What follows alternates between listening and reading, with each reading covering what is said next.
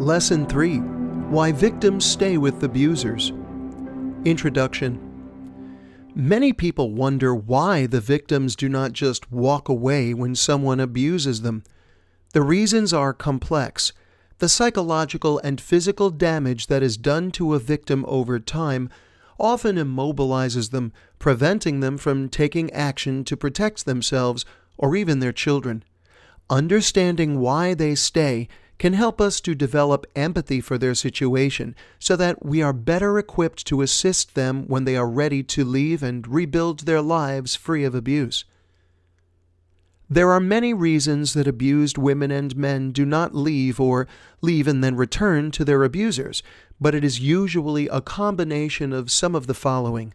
Keep in mind that while it is more often women who are abused, when we refer to the victim as she, it is only for convenience and to present a clear picture. It can also be a male victim and a female abuser.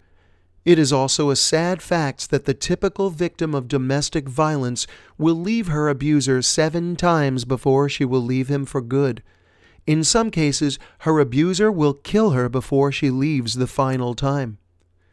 Confusion.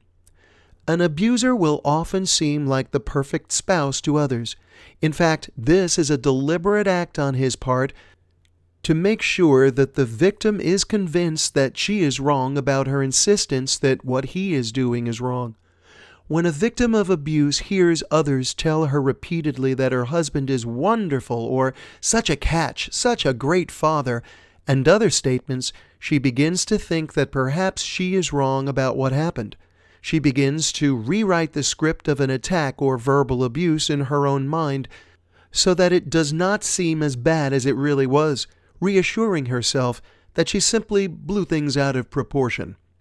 Sometimes the abuser will also show great remorse for his actions, apologizing profusely, promising that it will never happen again, and becoming, for a brief period of time, the perfect partner that he shows to the outside world. The victim latches on to this wonderful illusion, enjoying the romance and reveling in the attention, thoughtfulness, and care that her partner is showing. This period usually is a reminder of their courtship when there were no signs of the abuse to come. Because people are by nature hopeful, a victim will tend to become even more deeply attached during this phase, which is usually short-lived. The psychological effects of the next round of domestic violence can be particularly devastating, creating even greater confusion in the victim's mind. Which person is the real partner, Dr. Jekyll or Mr. Hyde? Most individuals are unwilling or unable to admit even to themselves that the person they share their lives with is the monster who is abusing them, so they live for a long time in confusion, waiting and hoping that the other side will reappear.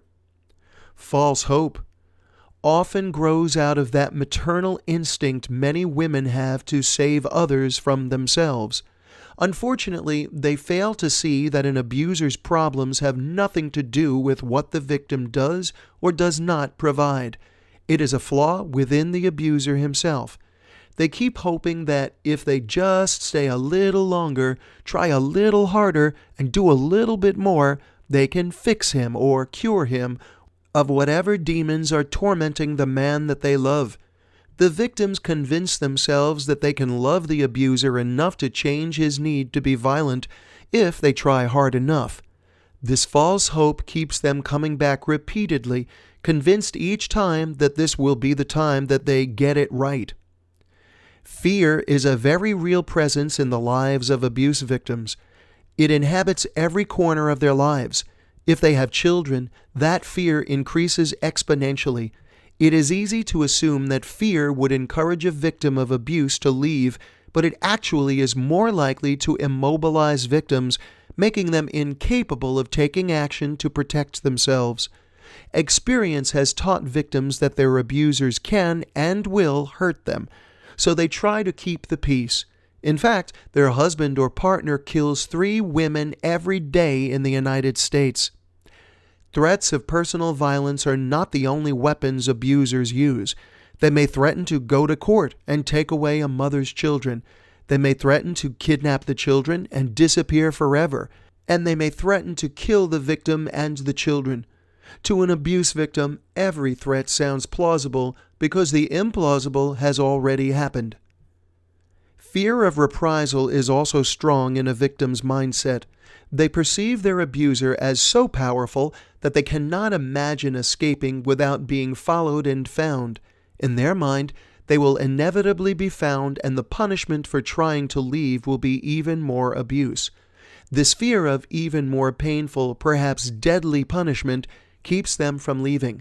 They choose to stay with what they do know rather than take the risk of what might happen if they try to leave.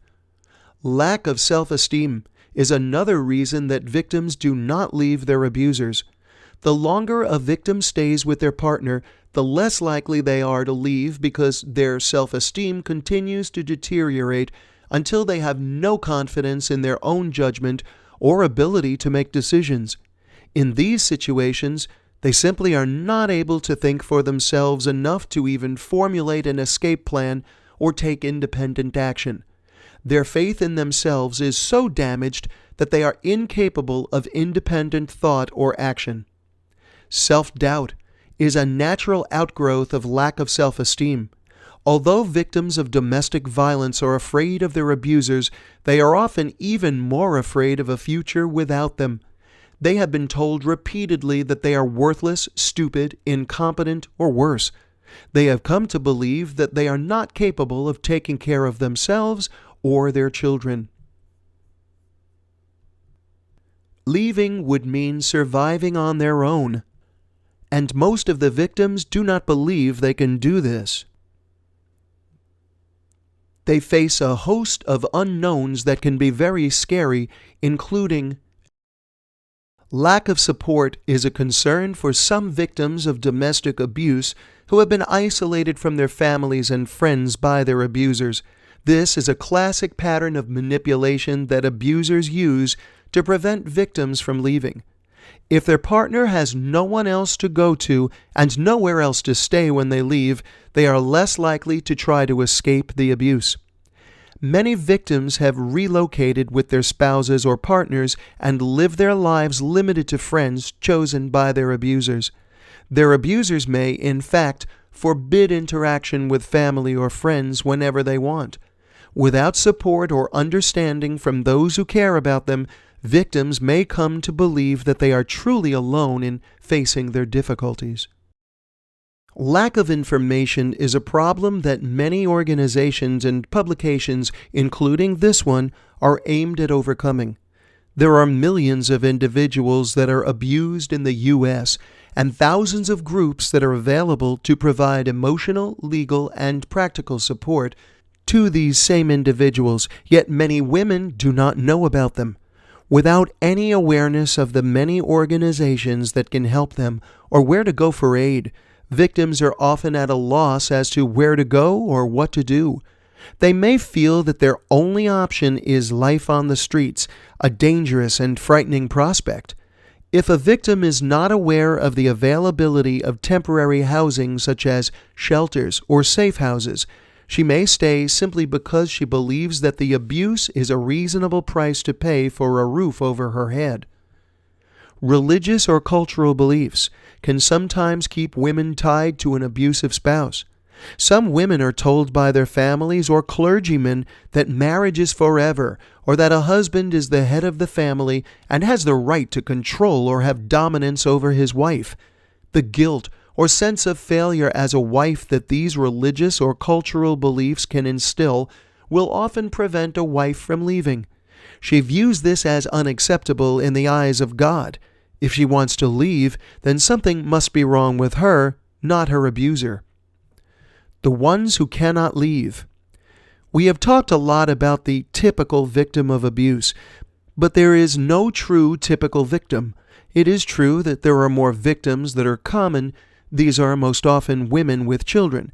However, there are also millions of cases of abuse where the victim cannot or will not leave for other reasons.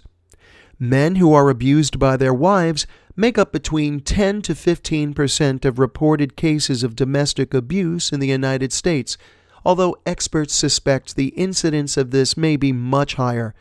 They believe that men largely avoid reporting that they are being physically abused because they do not feel that they will be believed or are afraid of the shame that will come from revealing that they are being physically assaulted or emotionally abused by a female. In fact, the stigma of shame and self-doubt often allow their female abusers to inflict serious injuries despite the victim's own size and strength advantage. They fear that no one will believe that they were defending themselves and that they will end up being labeled as abusers themselves. Abuse of parents or grandparents, referred to as elder abuse, is also reaching epidemic proportions in the U.S. as health advancements have added years to life expectancies. Aged parents living with their children or grandchildren are often frail or in poor health, have sold their homes and are being cared for by their grown families that they live with.